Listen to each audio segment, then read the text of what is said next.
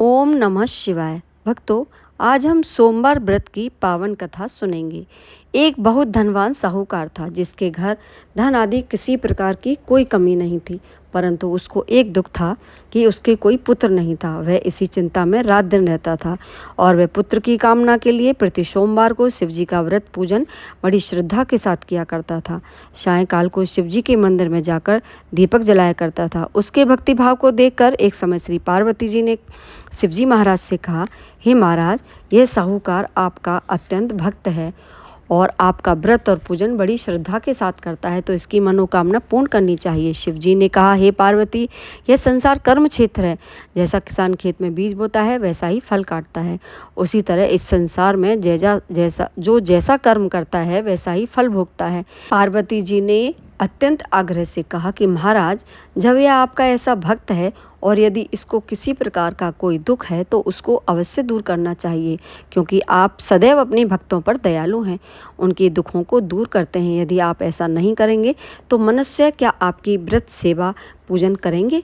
पार्वती जी का ऐसा आग्रह देख शिवजी महाराज कहने लगे, हे पार्वती, इसके कोई पुत्र नहीं है, इसी चिंता में अति दुखी रहता है। इसके भाग्य में पुत्र न होने पर भी मैं इसको पुत्र प्राप्ति का वर देता हूँ, परंतु वह पुत्र केवल 12 वर्ष तक ही जीवित रहेगा। इसके बाद वह मृत्यु को प्राप्त होगा। इससे अधिक मैं और कुछ इसके लिए नहीं कर सकता। यह सब बातें साहूकार सुन रहा था। इससे उसको न कोई प्रसन्नता हुई न ही कोई कष्ट हुआ। वह पहले जैसे ही शिवजी महाराज का व्रत और पूजन करता रहा। कुछ काल व्यतीत हो जाने पर साहूकार की स्त्री गर्भवती हुई और 10वें महीने उसके गर्भ से अति सुंदर पुत्र की प्राप्ति हुई। साहूकार के घर में बहुत खुशी मनाई गई, परंतु साहूकार ने उसकी केवल 12 वर्ष की आयु जान कोई अधिक प्रसन्नता प्रकट नहीं की और न ही कोई भेद बतलाया।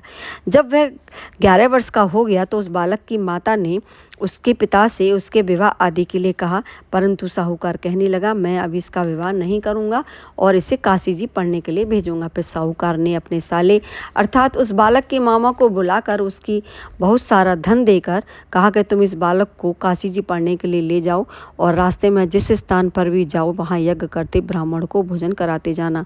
वे दोनों मामा भांजे सब जगह सब प्रकार का यज्ञ करते ब्राह्मण को भोजन कराते जा रहे थे कि रास्ते में उनको एक शहर पड़ा। उस शहर की राजा की कन्या का विवाह हो रहा था और दूसरे राजा का लड़का जो विवाह कराने के लिए बारात लेकर आया था वह एक आंख से काना था। उसके पिता को इस बात की बड़ी चिंता थी कि कहीं वर को देकर कन्या के माता पिता विवाह में किसी प्रकार की अड़चन पैदा न कर दें। इस कारण जब उसने अति सुंदर सेठ के लड़के को देखा तो मन में विचार किया, क्यों न इस सेठ के लड़के को वर के कपड़े पहनाकर घोड़ी पर चढ़ाकर बारात ले जाई जाए। और बड़ी सुंदरता से सारे कार्य हो गए। वर के पिता ने सोचा, यदि विवाह कार्य भी इसी लड़के से करा लिया जाए तो क्या बुराई है। ऐसा विचार करके लड़के और उसके मामा से कहा, यदि आप फेर और कन्यादान का भी काम करा दें तो आपकी बड़ी कृपा होगी, इसके बदले में हम आपको बहुत सा धन देंगे। उन्होंने भी स्वीकार कर लिया और विवाह कार्य भी बहुत अच्छी तरह से संपन्न हो गया। परंतु जिस समय लड़का जाने लगा तो उसने राजकुमारी के चुंदड़ी के पल्ले पर लिख दिया कि तेरा विवाह तो मेरे साथ हुआ है, परंतु जिस राजकुमार के साथ तुमको भेजेंगे वह एक आंख से काना है। मैं तो काशी जी पढ़ने के लिए जा रहा हूँ। उस राजकुमारी ने जब अपने चुनरी के पल्ले पर ऐसा लिखा पाया तो उसने राजकुमार के साथ जाने से इनकार कर दिया और कहा कि मेरा विवाह इसके साथ नहीं हुआ है। यह वह वर नहीं है जिसका विवाह मेरे साथ हुआ है। मेरा विवाह जिसके साथ हुआ है वह काशी जी पढ़ने गया है। राजकुमार के माता पिता ने अपनी कन्या को विदा नहीं किया और बारात वापस चली गई। उधर वह सेठ का लड़का और उसका मामा काशी जी पहुंच गए। वहां जाकर उन्होंने यज्ञ करना, लड़के ने पढ़ना शुरू कर दिया। लड़के की आयु 12 साल की हो गई। वह एक दिन उन्होंने यज्ञ रचा रखा था कि लड़के ने अपने मामा जी से कहा, मामा जी, मेरी तबीयत कुछ सही नहीं लग रही है। मामा जी ने कहा, अंदर जाकर सो जाओ बेटा। लड़का अंदर जाकर सो गया और थोड़ी देर में उसके प्राण निकल गए। जब उसके मामा ने आकर देखा तो वह तो मुर्दा पड़ा है, तो उसको बड़ा दुख हुआ और उसने सोचा कि मैं अभी रोना पीटना शुरू कर दूंगा तो यज्ञ का कार्य अधूरा रह जाएगा। अतः उसने जल्दी से यज्ञ का कार्य समाप्त कर ब्राह्मणों को जाने के बाद रोना पीटना आरंभ किया।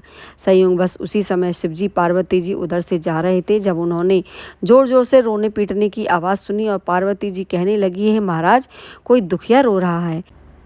इसके कष्ट को दूर करो। तब शिव जी बोले, इसकी आयु इतनी ही थी सो वह भोग चुका। पार्वती जी ने कहा, हे महाराज, कृपा करके इस बालक को और आयु दीजिए, नहीं तो इसके माता पिता तड़प तड़प कर मर जाएंगे।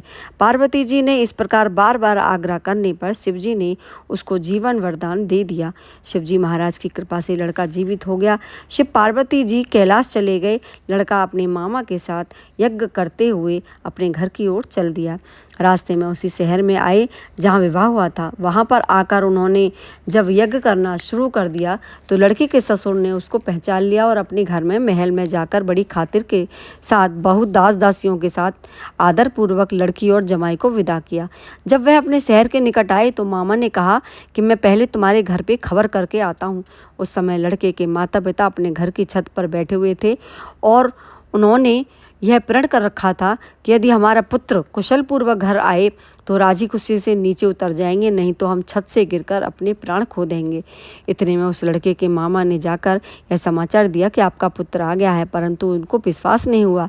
तब उसके मामा ने शपथ पूर्वक कहा कि मैं आपकी कसम खाता हूँ, आपका पुत्र अपनी स्त्री के साथ बहुत सारा धन साथ में लेकर आया हुआ है। और सेठ के ने आनंद के साथ उनका स्वागत किया और बड़ी प्रसन्नता के साथ रहने लगे। इसी प्रकार जो कोई भी सोमवार के व्रत को धारण करता है अथवा इसकी कथा को पढ़ता या सुनता है, उसके भी सब दुख दूर होकर उनकी समस्त मनोकामनाएं पूर्ण होती हैं। तो भक्तों, यह थी सोमवार की पावन व्रत कथा। ऐसी ही धार्मिक कथाएं सुनने के लिए मेरे चैनल को सब्सक्राइब करना, लाइक शेयर करना मत भूलिएगा। ओम नमः शिवाय।